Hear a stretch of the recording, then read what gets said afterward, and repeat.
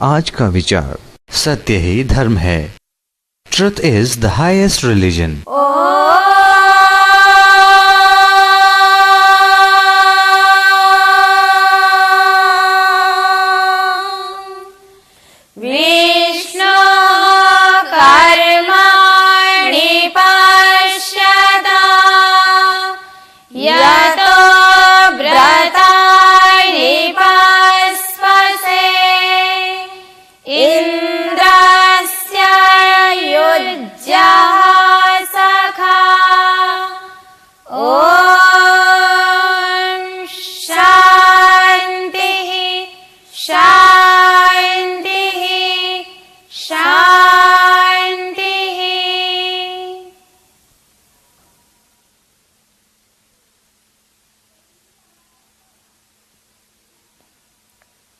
सत्संग प्रेमी प्रिय सज्जनों,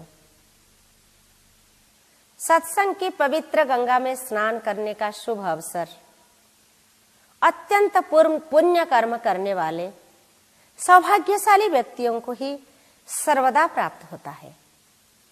तो चले आनंद प्राप्ति का जिस मार्ग के लिए हम चर्चा कर रहे थे उसको आगे बढ़ाते हैं।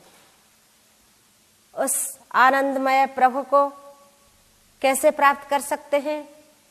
जिस मार्ग का हम दर्शन करना चाहते हैं अथवा जिस मार्ग पर चलना चाहते हैं, उस पर इस वेद के आधार पर विचार करते हैं, चिंतन करते हैं और अपने आत्मा को प्रफुल्लित करते हैं। आपके सामने चर्चा आई थी कि इसका उपाय क्या है, इसका मार्ग क्या है। तो प्रथमतः आपको बताया गया था कि यह मार्ग जो है ये कठिन तो है लेकिन असंभव नहीं है। लेकिन कठिन तब नहीं होगा जब इसका सहज उपाय हम समझ लेंगे। तो सहज उपाय इसका है योग का मार्ग। और योग के मार्ग के लिए हमें योग के जो मूर्धन्य ऋषि पतंजलि हैं उनका दर्शन, योग दर्शन का निरीक्षण, विचार, चिंतन करना है। तो इसके आधार पर प्रथम में ही आपने ये सुना था कि हम यम नियम का पालन करें। और यम नियम के अंतर्गत पहले आपने यमों की पहले जो 3 है उसकी व्याख्या आपने सुनी हुई थी, जैसे अहिंसा, सत्य, अस्तेय। अब आप उसके आगे कहता है ब्रह्मचर्य। ब्रह्मचर्य का पालन भी करना चाहिए। ब्रह्मणि ईश्वरे वेदे चरति स ब्रह्मचारी, अर्थात जो वेद में, ईश्वर में, ब्रह्म में विचरण करता है, अर्थात जो वेद के अनुसार चलता है, वेद को पढ़ता है, सुनता है, उसके ज्ञान को प्राप्त करता है, ईश्वर के अंदर रमण करता है, ब्रह्म के अंदर ध्यान लगाता है, विचरण करता है, वे और सदाचार में रहता है, ऐसे व्यक्ति ब्रह्मचारी कहलाता है। अथवा ब्रह्मचर्य का पालन करता है, वीर्य की रक्षा होती है। इसलिए तो उसका फल भी बताया गया कि ब्रह्मचर्य प्रतिष्ठायाम वीर्य लाभः। अद्भुत शक्ति, बल और पराक्रम ब्रह्मचर्य के पालन से मिलता है। लेकिन ये बात नहीं है केवल विद्यार्थी जीवन में अथवा ब्रह्मचर्य आश्रम में ही ब्रह्मचर्य का पालन करना है। चारों आश्रम में ब्रह्मचर्य का पालन करना चाहिए। ब्रह्मचर्य का अर्थ सदाचार है। मैं तो ये सोचती हूँ जो व्यक्ति सदाचारी नहीं, फिर वो क्या हो, भ्रष्टाचारी, व्यभिचारी हो सकता है। तो इसलिए हमें भ्रष्टाचारी, व्यभिचारी नहीं बनना है, हमें सदाचारी बनना है। और सदाचारी बनने के लिए ब्रह्मचर्य का पालन करना चाहिए। गृहस्थ आश्रम में भी जो सदाचार से युक्त रहते हैं, संयम से रहते हैं, वो ब्रह्मचर्य का पालन करते हैं। लेकिन जो आज नहीं दिखता, लेकिन वेद कहता है, शास्त्र कहता है, वो होना चाहिए। संयम के बिना जीवन बेकार है। जिसके अंदर संयम नहीं वो पशुओं की तरह है। तो इसलिए ब्रह्मचर्य का पालन भी अनिवार्य है। उसके बिना क्या हम ईश्वर को प्राप्त कर सकते हैं? उसके बिना क्या हम आनंद को प्राप्त कर सकते हैं? संभव नहीं है।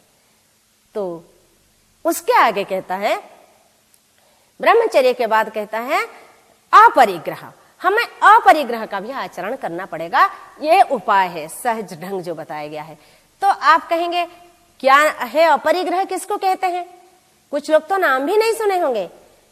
तो सुनिए, परिग्रह का नाम है इकट्ठे करना। क्या? अनावश्यक धन, संपत्ति, जमीन, जायदाद, गाड़ी इत्यादि इत्यादि, यहाँ तक अनावश्यक चिंताओं को भी अगर हम इकट्ठे करें बिना मतलब की, दूसरों के और इधर उधर की बातों को कूड़े करकटे अपने दिमाग में इकट्ठे करे रखना, ये सब जो है क्या कहलाता है? परिग्रह कहलाता है। तो अपरिग्रह का अर्थ है इन सबको न करना। जितने आवश्यक है उतना ही धन, संपत्ति, कपड़े, चीजों में अपने को खुश रखना चाहिए। और अधिक इकट्ठा करते करते व्यक्ति पापी बन जाता है, लेकिन संतोष को प्राप्त नहीं कर पाता। इसलिए हमें संतोष को प्राप्त करने के लिए अपने जितनी जरूरत उतना ही रखना चाहिए। आज कुछ लोग आवश्यकता से अधिक चीजों को इकट्ठा करने में अपने समय को पूरा गवा देते हैं, लेकिन उनको अंत में सुख तो इतना भी नहीं मिलता। लेकिन और बहुत लोग हैं जिन्हें कुछ नहीं मिलता। लेकिन इसलिए हमें ऋषियों ने ये मार्ग दिखाया, सुख शांति का मार्ग ये नहीं है। तो संतोष जो है अपने मन में कर लेना चाहिए, इकट्ठा नहीं करना। इसलिए अब जो व्यक्ति आप कहेंगे अगर नहीं करेंगे ऐसा, मतलब अपरिग्रह का पालन करने से क्या लाभ होगा? तो ऋषि कहते हैं कि अपरिग्रह का पालन करने से क्या होगा? अपरिग्रह स्थैर्य जन्म कथांता संबंध, अर्थात जो व्यक्ति अनावश्यक धन, संपत्ति इत्यादि में अपने मन को नहीं लगाता, तो उस व्यक्ति का जो जीवन है उसका चिंतन क्या होता है ना, जन्म कथा से जुड़ता है। अर्थात मैं कौन हूं, मैं कहां से आई हूं, मैं कहां, मेरा जीवन का लक्ष्य क्या है, मैं आत्मा हूं, मेरा स्वरूप क्या है, मेरा लक्ष्य क्या है, इन चीजों से उसका जो संबंध है जुड़ जाता है। फिर उससे आत्मज्ञान प्राप्त होता है। आत्मज्ञान जब प्राप्त होता है, कहते आत्मावित न सोचती, जो आत्मा को जिसने जान लिया, ज्ञान प्राप्त हो गया, वो व्यक्ति दुख को प्राप्त नहीं करता। इसलिए हमें आत्मवित होना चाहिए, अर्थात आत्मज्ञान को प्राप्त करना है। तो ये जो नियम आपको बताया गया है, ये जो ऋषियों का मार्ग बताया गया है, ये जो अष्टांग योग की पद्धति है, सुख प्राप्त करने का, आनंद प्राप्त करने का, ईश्वर को प्राप्त करने का, और ये संसार के अंदर रहकर, कहते हैं आनंद का तो स्रोत बह रहा है, लेकिन हम प्यासे रह जाते हैं। तभी किसी कवि ने कहा, आनंद स्रोत बह रहा पर तू उदास है, अचरज है जल में रह कर भी मछली को प्यास है। आनंद के स्रोत बह रहा है, फिर भी हम प्यासे रह जाते हैं। क्यों? हम उसको पान नहीं कर पाते हैं। हमारा मन कहीं और लगा हुआ है, इसलिए हम उसको प्राप्त नहीं कर पाते हैं। हम जब अपने ज्ञान पूर्वक इस बातों को विचार करते हुए इस मार्ग को अपना लेंगे, जो मार्ग आपके सामने रखा गया है, तो मैं बता रही हूं निश्चित रूप से इस सहज उपाय से हम उस ब्रह्मांड के पति, आनंद के पति ईश्वर को अवश्य प्राप्त कर लेंगे। वो तो एक है, भगवान एक है, ध्यान रखना, और भक्त अनेक है। लोग उसको कल्पना की है, उसको चित्रित किया है, लेकिन एक ईश्वर है। तभी तो ऊपर कठोपनिषद के अंदर कहा है, एको वसी सर्वभूतांतरात्मा एकम रूपम बहुधय करोति तमात्मस्थं ये नुपश्यन्ति धीरा तेषां सुखं शाश्वतं नेतरेषाम्। अर्थात एकमात्र वशी, अर्थात संसार को वश में रखने वाला, नियंत्रण में रखने वाला सर्वनियंत्रक हो परमपिता परमात्मा, वो सबकी अंतरात्मा में विराजित है। उसने ही संसार को अनेक रूप दिया है, किसी के वश में नहीं है देने के लिए। और जिसने उसको समझ लिया है, जिसने इसको जान लिया है, जिसको इसका ज्ञान प्राप्त हो गया है, तेषाम सुखम, केवल सिर्फ उन्हीं को यह सुख आनंद मिल सकता है। सुख प्राप्ति का, आनंद प्राप्ति का उपाय बताया जा रहा है, उन्हीं को मिल सकता है, ना ये तरेसाम, दूसरों को नहीं मिल सकता। यह कठोपनिषद का ऋषि का वचन है। जो ब्रह्मचारी नचिकेता को उपदेश दिया गया है। तो इसलिए हम जो है इस उपायों को अपनाएं, और हम चाहते तो हैं प्राप्त करना, लेकिन उस पर चलने के लिए तैयार नहीं है। इसलिए कैसे प्राप्त कर सकते हैं? और जिनको हम सोचते हैं कि वो महान हुए हैं, वो सब इसी मार्ग पर चलकर महान हुए। जब प्रश्न पूछा गया था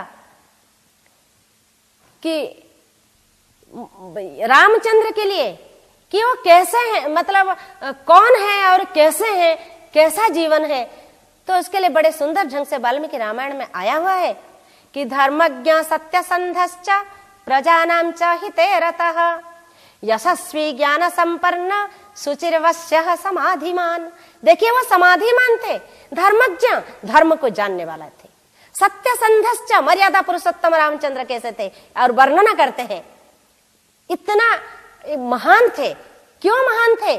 धर्मज्ञ धर्म को जानने वाले, सत्यसंधश्च सत्य का संधान करने वाले थे, प्रजानां च हिते रतः निरंतर राजा थे और राजाओं का कर्तव्य था प्रजाओं के हित साधन करना, ना कि स्वार्थी बनना जैसे आज के प्रशासक स्वार्थी हैं। इसलिए तो लोग कहते हैं राम राज्य की कल्पना करते हैं, लेकिन राम राज के लिए प्रयत्न नहीं करते। वो प्रजानां च हिते रतः प्रजाओं के हित को ही अपना ही हित समझते थे। तो प्रजानां च हिते रतः यशस्वी, और जो व्यक्ति ऐसे करेगा उसको यश की चाहना नहीं होता, लेकिन अपने आप यशस्वी बन जाता है। आज तो हम ऐसा से फंसे हुए, हम चाहते हैं हमारी यश हो, लोग हमें अच्छा कहे, बाबा कहे, चाहे हम अच्छे हैं या ना भी है, लेकिन ऐसा नहीं होता। जो महान व्यक्ति होते हैं उनका चाहना नहीं होता, लेकिन अपने आप यशस्वी बन जाते हैं। जैसे राम और कृष्ण बने, जैसे ऋषि महर्षि बने, जैसे देवदयानंद बने, जैसे और महान व्यक्ति बने। तो कहते हैं यशस्वी ज्ञान संपन्न, उनको ज्ञान था। अभी मैंने बताया था आत्मविद न सोचती, आत्मा को जानने वाला। यशस्वी ज्ञान संपन्न शुचि पवित्र थे, इनका अंतरात्मा पवित्र था। वही पवित्र हमें अपने को भी बनाना चाहिए। तो सुचिर वो वश में रखने वाले थे, अपने मन को वश में रखते थे, इंद्रियों को वश में रखने थे। सुचिर वश्य समाधिमान, और अंत में उनको समाधि प्राप्त होती थी। जो व्यक्ति ऐसा जीवन जिसका होगा, वो निश्चित रूप में समाधि में वो सफलता को प्राप्त करेगा, इसमें कोई संदेह नहीं है। हम तप करने के लिए तैयार नहीं, हम इस मार्ग पर चलने के लिए तैयार नहीं, तो फिर भी हम चाहते संसार के समस्त ऐश्वर्य सुख और आनंद हमें मिल जाए, तो ये संभव नहीं है। तो वेदों के अंदर भी ये बात हमें मिलता है कि जब तक हम इस मोह और शोक से ऊपर नहीं उठेंगे, तब तक हमें दुख ही मिलेगा। तभी कहा गया है तत्र का मोह का शोक एकत्वम अनुपश्यतः। इसलिए चले इसी मार्ग पर चलकर ही, इस योग के मार्ग पर ही चलकर हम उस प्रभु के आनंद को प्राप्त करने का प्रयत्न करें। आज के लिए इतनी है, आगे फिर आप इस विषय को सुनेंगे। ओम शांति शांति शांति।